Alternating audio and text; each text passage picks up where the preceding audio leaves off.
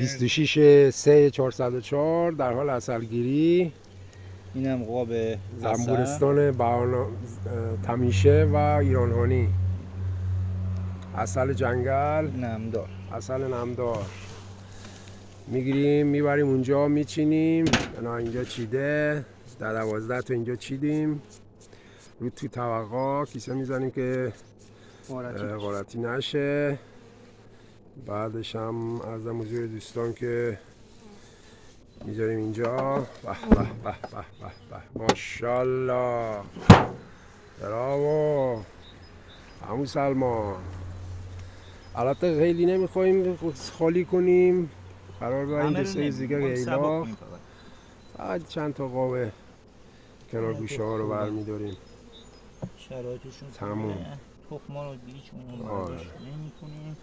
تازه 2 ردیف رو گرفتیم، این ردیف سومه. حدوداً 14 15 طبق هم گرفتیم. ما تا پایان کار بگیم فکر کنم 60 70 طبق بشه. البته قصد عسلگیری کامل نداریم، کامل بگیریم که حداقل 4 5 تون میشه. بلم دوستان، بدرود.